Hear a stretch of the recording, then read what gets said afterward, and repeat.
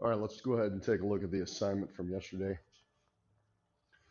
So if you're going to describe the end behavior of this graph, this function, without even graphing it, we can do so, but what we need to do is get the equation in standard form first. So that means order of exponents descending highest to lowest. So what I'm going to do is kind of cross these off as I go. And actually, you know what? This one's already in the correct order. So we can jump right into this. All right, so let's analyze two things about this. This will tell us end behavior. What is the degree?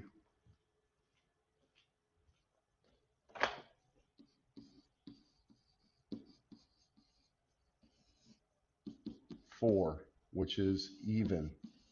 That's important. Next thing, what's the lead coefficient? I'll just abbreviate that. Lead coefficient is negative. Now, what that does is it actually tells me a lot about this function because I know that all even functions that have a lead coefficient or negative are going to generally behave the same way. So off to the side, I'm going to draw a little analogy to something that we are used to seeing, which is a quadratic function. Now, everybody think about this. A quadratic function, it is even, right? It's x squared. Do you remember what happens if the lead coefficient is negative, if a is negative? Right? It's upside down. It looks like this, doesn't it? And the key to this, if you ask me, is the fact that you see how the function is pointing downwards as you go to the left or if you go to the right? All even functions that have a lead coefficient and negative will look like that. Now we'll look at this graph in just a moment, but I'm going to go ahead and write the end behavior. And then we can trace a point on the graph and see how it exists. But there we go. So I'm going to say that this function's y coordinates are going to go downwards or toward negative infinity as you move to the right on the graph or as you approach positive infinity. And I'm going to say that the y coordinates also go downward or approach negative infinity as you move to the left on the graph towards negative infinity. I've already gone ahead and drawn a picture of these graphs on Desmos so that we can look at them. And I'll do my best to like draw a point on there and show you this end behavior. So you see this picture right here. Let's look on Desmos. See if I can get this up here in the correct spot. All right, here's Desmos. So here's our first graph. If I move this around a little bit, you can see what's going on. You see this? So if, I mean, I could even zoom in a little bit more. It doesn't matter. If I was a point on the graph right here, look at that x coordinate. You see it? As I move to the right, see how the x coordinates are increasing? Over time, what happens to the y coordinates? Well, look at those y coordinates. Aren't they getting smaller and smaller and smaller? They are approaching negative infinity. Now, what if I move to the left on the graph? Well, as I move to the left, I see my x coordinates are approaching negative infinity. And the y coordinates are also getting smaller and smaller and smaller. So there's the first problem. We just proved it. There's the end behavior. Let's try number 18. Okay, number 18, that is also in standard form, but I don't think all of them are. So we can go ahead and jump right into this. First of all, what's the degree? The highest exponent is 7, which is an odd function. What about the lead coefficient, it's positive. All right, so I'm going to draw an analogy to something that you know very well. The odd function that you know the best is a line. And if the lead coefficient, which is your slope, is positive, I think we all can picture in our minds what a line with positive slope looks like. So I'm going to draw it. Maybe it looks something like this.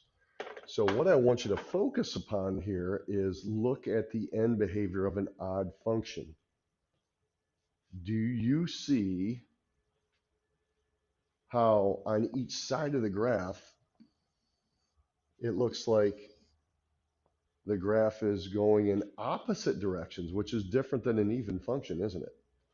And I want you to notice something else.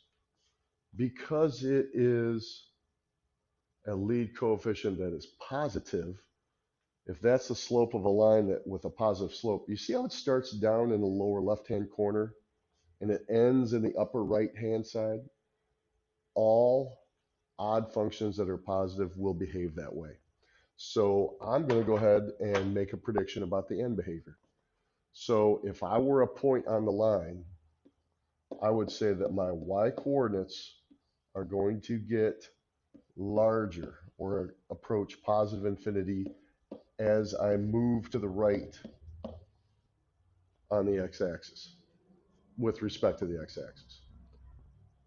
Conversely, I would say that my y coordinates are going to get smaller and smaller and smaller as I move to the left or approach negative infinity according to the x-axis. So let's take a look at this on Desmos and see if our prediction is correct.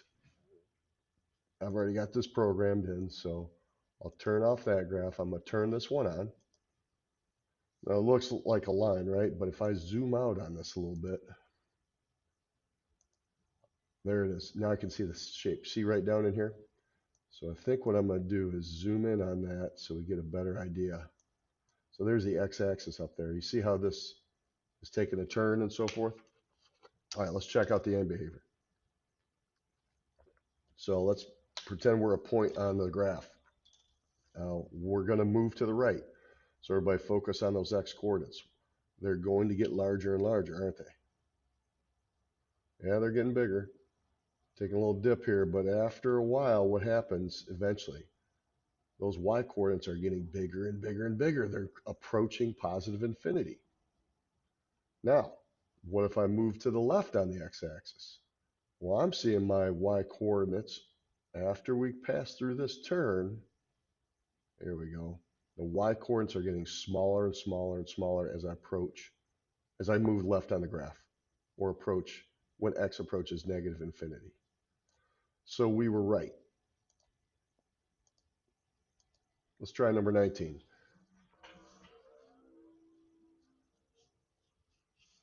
Now, on number 19, I don't think that's in standard form, so we need to rearrange these terms. So what I'm going to do is search for the biggest one, which is this. That's really the only one you need, but I'm going to keep going.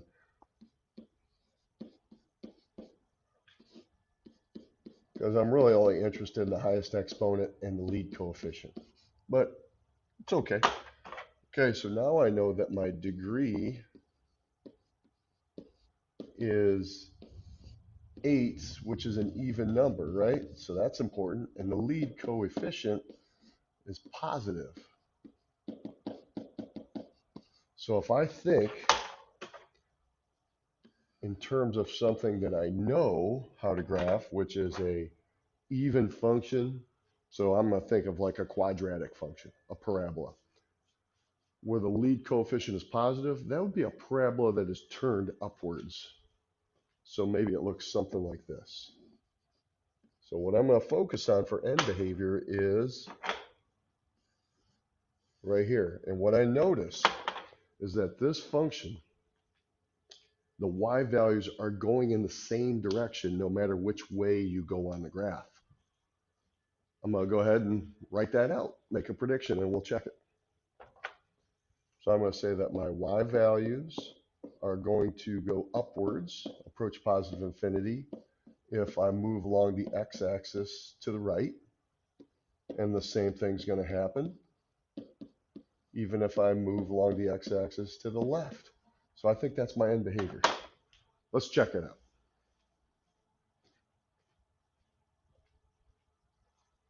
Okay, I'm going to go to Desmos.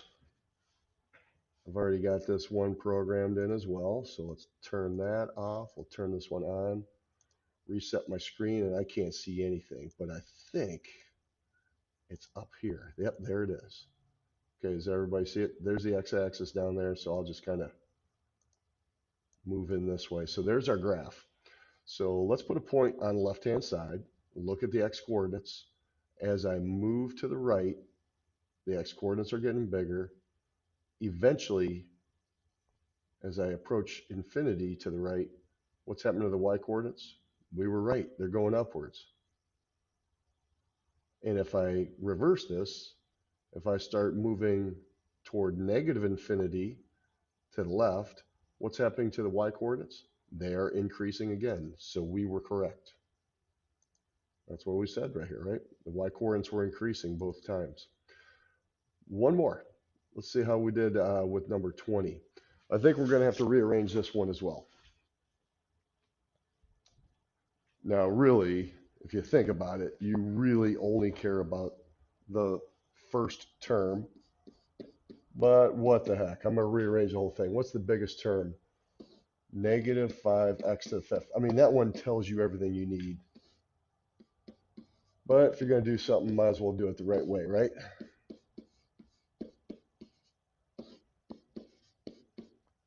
And then a plus 11.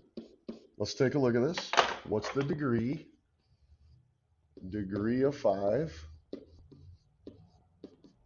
which is an odd number. Lead coefficient is negative. So let's think about this. Let's draw an analogy. This is an odd function. So is a line, right? A line's a really simple case to think about. The lead coefficient is negative. So if I had a line with a lead coefficient of negative, that means the slope is negative, the first number in front of x. So if I just draw a line with a negative slope, it would look like this. That tells me a lot about the end behavior. Once again, I'm seeing that odd functions start and stop in different areas of the y-axis. Even functions always start and stop in the same areas of the y-axis with respect to it. I'm going to go ahead and make a prediction about this. So if I were a point on this line and I was moving to the right, look what happens to the y-coordinates. It seems like they're going downward over time, aren't they? As I move to the right. And conversely, I'm thinking my y-coordinates are actually going to approach positive infinity or get better as I move to the left on the graph. So let's check our prediction. Let's see if we're correct. Okay, let me open up Desmos. Let's see if prediction is correct. All right, so let me reset my coordinates. All right, I'm going to zoom out a little bit until we get an idea of what this graph looks like. I see what's going on here. You see this? If we zoom out a little bit more, it does reach a bottom there. See if we can get the whole thing in here. Let's get that out of the way. Okay, you guys see that now? Looks like it comes down, up and over and so forth. I could do a little bit to this. How about I go from like,